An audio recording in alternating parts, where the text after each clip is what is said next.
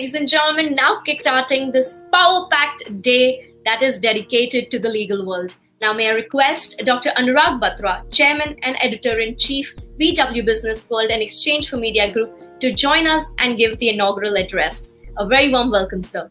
Thank you, Kathy. It's a very good morning, Saturday morning. We have a very powerful keynote speaker in Miss Pinky Anand waiting in the backstage, so I won't take much time. But I want to congratulate and express my gratitude to the jury of the BWLegal.com 40 Under 40 Awards. We are the first in the segment, and thanks to our jury and our jury chair, especially Mr. Shardul Shroff, and all the jury members, Ms. Pinky Anand, Mr. Ryan Karanjawala, Mr. Siddharth Luthra, Mr. Rajiv Luthra, Mr. Pankaj Vasani, Mr. Ramendra Junjunwala, Ms. Rakhi Biswas, Mr. Sanjay Gulati, Mr. Bobby. I'm forgetting some names, but all our jury members contributed to choosing the 40 Under 40 tonight. So at 6:30, the 40 Under 40 will be unveiled. To contextualize, we created a conference on what is happening in the legal world. The business environment has changed. The business world has changed. So we said, what is the role of the legal services post-COVID? If the business world has changed, will the legal services also change? Will it lead or follow? You know, the impact of legal advice in a regulatory environment, in a governance-oriented environment where compliances were very big, and also when you're doing mergers, acquisitions. And my hunch is post the Corona, there will be more mergers and acquisitions. The valuations will be more attractive. Of course, Mr. Mukesh Ambani has been busy reinventing Jio and taking to another level, reinventing Reliance Retail and taking it to another level. So, point I'm trying to make is that we've tried to contextualize what has happened. I would encourage everyone to log on bwlegalworld.com. In a moment, my colleagues will show you the homepage of bwlegalworld.com. Really, this is a leadership site in the legal domain, and we intend to dominate it. Today, we celebrate the 40 Under 40 leaders in the evening at 6:30 p.m. At 6 to 6:30, Mr. Shardul Shroff, who is the jury chair, will talk to us, will deliver his jury keynote address. Today, we start with our first keynote with Ms. Pinky Anand. We have an exciting set of speakers. You will hear Ms. Pinky Anand, Mr. Cyril Shroff, Mr. Jyoti Sagar, Mr. V. Lakshmi Kumaran, Mr. Lalit Bhasin, Mr. Mukesh Bhutani, Mr. Ryan Karanjawala, Mr. Siddharth Luthra, Ms. Zia Modi, Mr. Ajay Bahl, Mr. Behram Vakil. Then we have two panels with GCs, one moderated by our own Ashima Ori and the other moderated by Mr. Sudhir Mishra. Then we hear Mr. Rajiv Luthra, and finally Mr. Shardul Shroff. On 19th, next Saturday, we have a whole day conference by BW Legal World dedicated to young leaders. So all the 60 shortlisted candidates that were put up the jury and the 40 winners will be part of it. Plus a lot more legal luminaries, and we'll focus on what it takes to be successful and impactful in the legal domain. If I may request my BW Business World and BW Legal World teams, if we can show the bwlegalworld.com homepage quickly. And Ms. Pinky Anand is waiting. She's going to talk to, she's been a former ASG. She's a very celebrated legal luminary. And she would talk about the impact of white-collar crimes on corporate governance. That's what she will do. And if we can show bwlegalworld.com, I'd be happy. Thank you, Dr. Batra. And yes, we will be showcasing the website in the next break. But thank you so much for setting the context and being here. I would like to move on quickly. As Dr. Batra said, Ms. Anand is here with us, who will be starting our first dialogue of the day. Ms. Pinky Anand, Senior Advocate, former Additional Solicitor General of India. She will speak on the impact of white-collar crimes on corporate governance. We are pleased to have her with us on this very day. So very warm welcome, ma'am. Thank you so much for being here. Thank you so much, Kathy, and thank you, Anurag. As usual, it's a pleasure to start a Saturday morning with Business World after going through this entire exercise of 40 best out of the lot, which we'll be announcing later in the evening. As we speak today, I'm glad I chose the subject. Even in the morning, the newspapers reported that the CBI seeking prosecution sanction against the former defense secretary and some of the other officials as part of the Augusta Westland scam which happened. That is the context in which, in fact, I thought I would raise the subject, because it is something that affects the economy and the society in a far greater manner than traditional crimes do. In particular, white collar crimes obviously are linked with people of high stature and are distinct from traditional crimes to the extent there is a principal element of breach of trust in the unethical business practices cultivated by motivation, principally financially.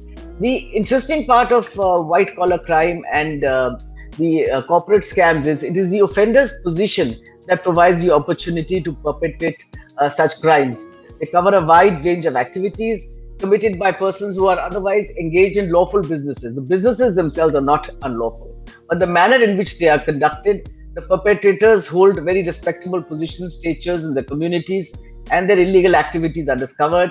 It is in multifarious ways. It is in falsifications of accounts. It is in manipulation of audits. It is in manipulation of finances. It is in manipulation of management of the companies. Recently, as you know, we've had various scams. The most famous being the PNB scam of 11,400 crore committed by Nirav Modi, for which he is facing prosecution. And of course, the most recent being the arrest of Mr. Deepak Kochar by the ED for money laundering. The loss to the society actually by these white collar crimes is far graver than the conventional crimes, and that is the reason for the attention which needs to be geared around this particular issue. In particular, I would like to mention about 3,766 incidents of frauds have been detected in financial year 2019, almost a 15% spike from 2018, while the losses incurred saw an 80% rise from 2018. Of course, the corruption index, which defines India's position, is today showing it at the 78th position in 180 countries.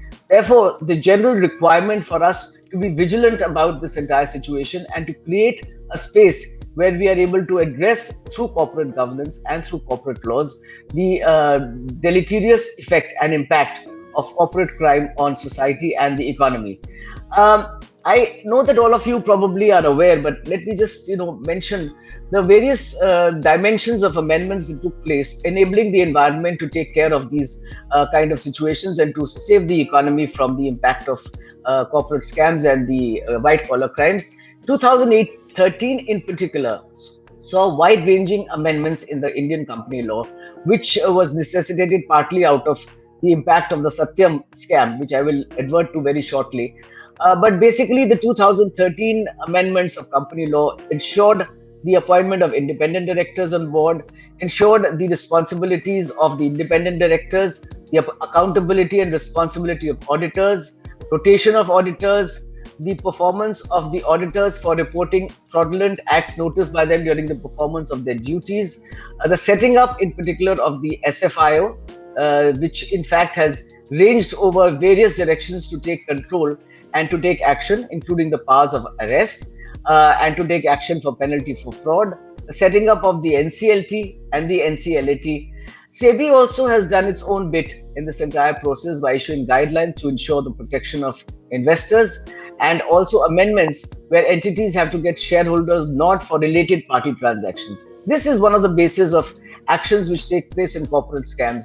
Accounting standards by the ICA. Now, with this in hand, let me just glimpse through some of the issues and the corporate scams that have hit the Indian economy. I'll just mention 3-4 of them. There are several by now. But in particular, I was considering mentioning the National Spot Exchange Limited, which is India's first electronic commodity spot exchange established for a single market across the country for both manufactured and agricultural produce. About 13,000 persons in fact got duped by trading members in this entire transaction in defaulting in obligations of about Indian rupees 5,600 crores. Because of a petition filed by us before the NCLT and ultimately confirmed by the NCLAT, it led to the disqualification of the directors who were behind the scam and also appointment of 3 government nominee board members, which enabled the restoration of faith in the system, so that the investment and the duping public, the investors, were able to get back their dues. This is the process in which action has been taken as far as NSCL is concerned. The Colgate scam, which happened some time back, of allocation of 194 blocks to public and private enterprises for captive use, which had a presumptive loss of about 1.856 lakh crores. Of course, it has recently resulted in a Delhi court sentencing some of the principal players to 3 years imprisonment. The 2G scam, which also had the difference of about 1.76 crores, which led to a major scam in the telecom division. The Satyam, which I mentioned, which led from the falsification and manipulation of accounts of about 14,162 crores. On Satyam, I do want to mention that unlike the corporate scams that have hit the world, it has resulted in at least the investors and the shareholders not suffering. But Satyam ultimately led on to the 2013 amendments and paved the way for a new governance model for the country. The Commonwealth Games scandal, I'll skip over to the Punjab National Bank fraud case, I think, which has necessitated and brought about, in fact, amendments in law, which includes the Fugitive Offenders Act, under which prosecution is being launched against Mr. Nirav Modi. We all know the Punjab National Bank fraud case, which led to about 14,356 crores, almost US dollars 2.1 billion, issued by the Punjab National Bank, making the bank liable for the account. Fraud was masterminded by we all know by whom, and action is being taken, including extradition proceedings and also attachment and qualification under the Fugitive Economic Offenders Act. The Augusta Westland I mentioned, which actually led to this entire situation, which today morning I mentioned the prosecution for sanction. There are several more, and we can go on these forever, but we do have a basically idea and a glimpse of what the corporate scams have been. We do find this as a new era. I might share with you. We have learned from the scams. We have put in place laws, guidelines, and a new corporate regime. We have given teeth to enforcement agencies, and it is heartening to note that they are working in sync with each other. A notable example, I think, is the involvement of 6 investigative agencies while probing auditors in the IL&FS case. CBI registered 42 cases of bank fraud amounting to about US dollars 1.02 billion detected at 15 banks. ED investigated 963 cases under PMLA in 2018. Fugitive Offenders Act has also been put into place, as I mentioned, to prevent fleeing offenders. In the years since the Satyam scam broke out, substantial changes have been made with respect to corporate governance in India. The use of criminal sanctions by the parliament to regulate corporate conduct has been on the rise. The regulators and the investigative agencies are more vigilant. The increased compliance costs of companies only serve well to protect the interests of all the stakeholders of the company. I think we have taken a lesson from the leaf from the book to go in the way forward and to ensure that as much as is possible, crime always remains progressive in any part of the world. But how we can stop this corporate scam from fleecing the country is an action that has actually been now put in sync with the current point of time and the problems that are arising from such corporate scams. Thank you very much, Khyati. Thank you, Anurag. I look forward to any questions on this. Ms. Anand, I heard you say every word. Now tell us, you were in the government, you were the ASG. Before that, you had a large practice for many years. Now, as you rightly said, crime and white collar crime is progressive. It's very innovative. It is ahead of the curve. What is the government of the day and the legal leaders of the day doing to make sure the government stays ahead of the curve? We kind of preempt a lot of things and we are proactive and not reactive. You're right, Anurag. In fact, it's a very valid question considering the quantum of corporate scams and the effect that it has on the economy and society, which is indeed very crucial. So that's why, in fact, I was mentioning to you the various developments that have taken place, where the government has put into place principally. The idea is for companies to ensure their own compliances, one. Secondly, is the regulatory framework which is put into place. For example, the appointment of independent directors. For example, the issue of related transactions. For example, the responsibilities of audit committees, management committees, remunerative committees. I mean, these are all the issues which puts corporate governance really involves not only action taken after, but to ensure that that action doesn't happen. That's why you find the provision in the Companies Act now holding the responsibilities of directors and violation of the same entailing penal consequences. These are the situations I think which are critical, and the more that we can ensure the governance of these regulatory mechanisms within the company and the ones outside. For example, the SFIO is a subsequent point of action. You're right, but the powers given, in fact, to ensure that actions such as this, if happen, can be taken action against. I think these are some of the progressive steps that we have ensured, and the putting into place of unrelated transactions. The more there can be arm's length transactions, the more you can have arm's length directors, independent directors on board. I think that ensures a high degree of compliance, and to ensure that the normal situations of corporate scams, the kickbacks, the falsifications, the manipulations of accounts, etc., is something which can be curtailed. And also making sure that they are fast-tracked and punished, so that it serves as an example to others. For those You're of right, you, Anurag. I just want to add something here, Anurag. In fact, the reason I didn't mention about that as much as the initial part is because it is my belief that we have to nip the issue in the bud, as you rightly said. That's why I wasn't talking as much about the subsequent action, but it is equally important where action has happened, where manipulation has happened, where you find crores of money which has been duped by investors have been sidetracked. These are questions which have to be taken action on a penal front at the earliest possible. Thank you so much. Kathy did introduce you, and Miss Pinky Allen doesn't really need an introduction, but she's also won the French National Order of Merit from the President of the French Republic. She was the second woman to be appointed the ASG of India. She's expert in the field of constitutional property, private, international family and environment and corporate laws. She also represented the government of France in the famous case of the French aircraft Clemenceau, right? If I can pronounce it right. Almost. Yeah. So I want to ask you my last question. I want to shift gears. I know you were the ASG and you were dealing with all these now. Corporates are the biggest kind of areas to work. In the sense that you can also advise boards to prevent all these. At the end of the day, we have independent boards, listed companies. So what do you think the boards can do? So should they have a big legal luminary and involve him or her on the board? How can boards be more active in preventing such frauds?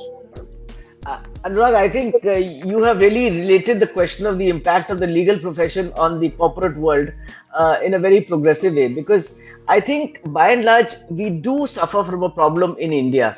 We as corporate entities, I don't mean we as in lawyers, but we as in corporate entities wait for some downfall or some issues to happen before we actually address it in a legal manner. So a lot of boards would have, and a lot of companies would have general counsels. But the point is, you do need to involve lawyers at the first instance so that such actions don't happen. And you are ready for anything that could happen, particularly the compliance regime today is something which is fairly well set. And if that is followed and complied with, you can ensure. Like one or two of the cases that I was handling, what one did see, for example, is red flagging. Now, the directors were conscious of what had happened. These are issues that should have been red flagged and brought to the attention at the first instance. Had that been brought, of course, they claimed subsequently that it wasn't noticed by them or they were not present at a meeting and these kind of typical issues. But this red flagging is something which should prevent a fraud and a corporate scam from happening and duping thousands and lakhs and crores of investors. So I agree with you that there should be a legal mechanism put into place in the first place, and that should actually run across the economy as a method of operation, which would be the real method of corporate governance and to possibly prevent such issues from happening. Thank you so much, Ms. Anand, and we look forward to, thank you for your contributions as jury member, and we look forward to having more conversations with you, and we'll see you in the evening at the award. Thank you. God bless you. Have a good day. Always a delight, Anurag. Thank you so much.